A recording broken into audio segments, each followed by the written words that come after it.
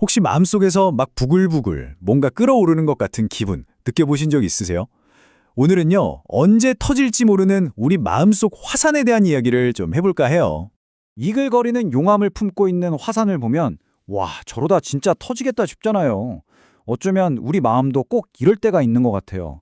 더는 못 참겠다. 정말 금방이라도 폭발해버릴 것만 같은 그런 순간들 말이에요. 여기 잔뜩 찡그린 표정을 한 아이가 있네요. 너무 귀엽긴 한데 어쩐지 잘못 건드렸다가는 큰일이 날 것만 같은데요. 도대체 이 꼬마의 마음속에서는 무슨 일이 벌어지고 있는 걸까요? 어쩌면 우리도 이 아이의 마음을 조금은 알 것 같아요. 그쵸? 자, 그럼 한번 제대로 들여다볼까요? 우리 마음의 화산을 이렇게 들끓게 만드는 스트레스는 대체 어디서부터 오는 걸까요? 지금부터 우리 마음속 세 개의 분화구를 함께 따라가 볼게요. 우리의 스트레스는 주로 이 세 가지 큰 분화구에서 시작될 때가 많아요. 바로 학업, 그리고 친구 관계, 마지막으로 부모님과의 소통 문제.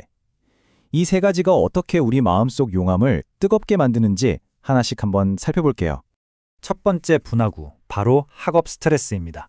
정말 쳇바퀴 돌듯이 끝이 보이지 않는 학원 스케줄에 과제들, 혹시 시험 종료 시간은 다가오는데 답안지를 밀려 써서 식은땀 흘리는 악몽 꿔본 적 있으세요? 아, 정말 생각만 해도 가슴이 턱 막히는 것 같죠? 두 번째 분화구는 친구 관계예요. 그렇게 힘든 아침을 보내고 학교에 갔는데 오늘따라 유독 시비를 거는 친구가 있는 거죠.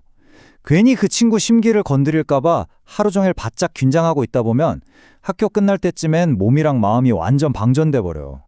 그렇게 겨우 지친 몸을 이끌고 집에 와서 침대에 딱 눕잖아요? 근데 편히 쉴 수가 없어요. 너 할 건 다 했니? 핸드폰 좀 그만 봐라 하는 잔소리에 뭔가 감시하는 듯한 눈빛까지. 결국 마음속에서 뭔가가 울컥 하고 치밀어 오르죠. 이렇게 차곡차곡 쌓인 스트레스, 결국 어떻게 될까요? 네, 맞아요. 빵 하고 터져버리는 거죠. 그리고 그 폭발은 우리가 생각하는 것보다 훨씬 더 깊은 상처를 남기게 돼요. 자, 보세요. 스트레스가 터지는 거랑 화산이 폭발하는 거 이게 정말 비슷하거든요. 왼쪽을 보면 화산은 땅속 마그마가 막 응축되다가 빵 터지잖아요. 우리 스트레스도 똑같아요. 억눌린 감정이 계속 쌓이다가 결국 폭발해버리는 거죠. 그리고 그 결과는 어떨까요? 화산이 도시를 폐허로 만들듯이 우리의 감정 폭발은 가장 소중한 사람과의 관계에 정말 깊은 상처를 남길 수 있어요. 심지어 우리 몸과 마음을 병들게 하기도 하고요. 그냥 한번 소리 지르고 시원하자 하고 끝나면 참 좋겠지만 현실은 전혀 그렇지 않다는 게 문제죠. 그럼 이 마음의 화산이 폭발하는 걸 막을 방법은 정말 없는 걸까요? 우리가 흔히 쓰는 방법들을 한번 살펴볼게요. 그런데 과연 이것만으로 충분할까요? 뭐 게임을 하거나 맛있는 걸 먹거나 아니면 노래방 가서 막 소리를 지르는 거요. 물론 이런 것들이 기분 전환에는 엄청 도움이 되죠. 저도 스트레스 받으면 일단 맛있는 것부터 찾게 되더라고요.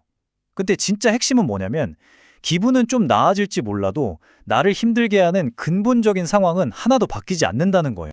상담 전문가들은 보통 멈추고 생각하고 선택하라는 3단계 방법을 제안하기도 해요.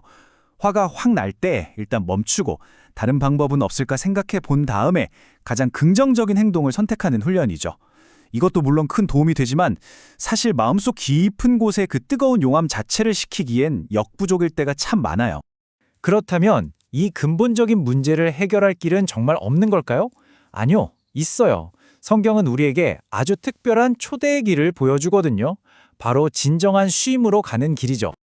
근데 이런 질문을 해볼 수 있잖아요. 에이, 예수님은 하나님이시니까 스트레스 같은 건 없으셨겠지? 하고요. 그런데요, 예수님도 우리랑 똑같은 사람의 몸으로 이 땅에 오셨어요. 사람들한테 오해도 받고 미움도 받고 쉴 틈 없이 바쁜 하루하루를 보내셨죠. 스트레스가 왜 없으셨겠어요? 분명히 있으셨을 거예요. 그럼 예수님은 그 스트레스를 어떻게 다루셨을까요? 성경을 보면요. 예수님은 정말 바쁜 일정 속에서도 모두가 잠든 새벽, 조용하고 한적한 곳으로 가셔서 하나님과 단둘이 만나는 시간을 가지셨어요. 바로 그곳에서 하루 동안 짊어져야 했던 그 모든 무거운 짐들을 다 내려놓고 새 힘이랑 지혜를 얻으셨던 거죠.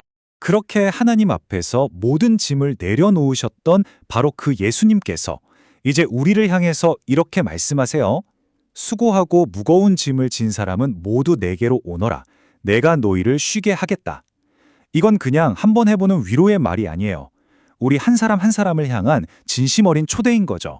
여기서 예수님이 말씀하시는 쉼은요, 그냥 아무것도 안 하고 넷플릭스 보면서 뒹굴뒹굴하는 그런 휴식이 아니에요. 이건 바로 자유에 대한 이야기예요. 학업, 관계, 미래에 대한 불안감처럼 우리를 꽁꽁 얼매고 무겁게 짓누르는 그 모든 것으로부터 자유로워지는 것.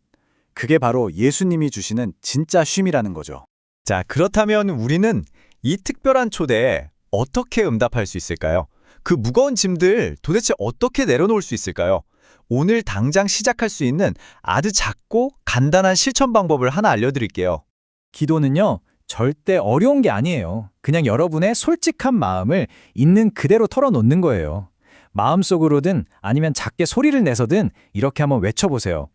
주님, 저 진짜 너무 힘들어요. 스트레스 받아서 미치겠어요. 제발 좀 도와주세요. 바로 이게 기도의 시작이에요. 자, 그래서 오늘 바로 해볼 수 있는 진짜 구체적인 방법을 하나 알려드릴게요. 바로 스트레스 상자 만들기인데요. 정말 간단해요. 첫 번째, 예쁜 상자를 하나 준비하는 거예요. 두 번째, 나를 스트레스 받게 하는 일들을 쪽지에 하나하나 다 적어보는 거죠. 세 번째, 이게 제일 중요해요. 수신인을 주님께 드림, 이렇게 딱 써서 상자에 넣는 거예요. 이 행동 하나로 내 고민이 주님께 드리는 기도가 되는 거죠. 그리고 마지막으로 가끔 상자를 열어보면서 해결된 일에는 와, 감사하다 하고 아직 남아있는 문제들은 주님, 이것도 부탁드려요 하고 다시 맡기는 거예요. 어때요? 재밌겠죠? 이 작은 실천을 계속하다 보면요, 어느 순간 깜짝 놀라게 될 거예요. 내 힘으로는 도저히 안 될 것 같았던 문제들이 하나씩 풀리고 그 과정에서 훌쩍 성장해 있는 나 자신을 발견하게 될 테니까요. 그리고 아마 이렇게 고백하게 될 거예요. 아, 내 모든 짐을 다 들어주시는 예수님이 내 옆에 계셔서 정말 다행이다 하고 말이죠. 여러분 마음속에서 지금도 부글부글 끓고 있는 그 화산, 언제까지 혼자 끙끙 앓으면서 끌어안고 계실 건가요?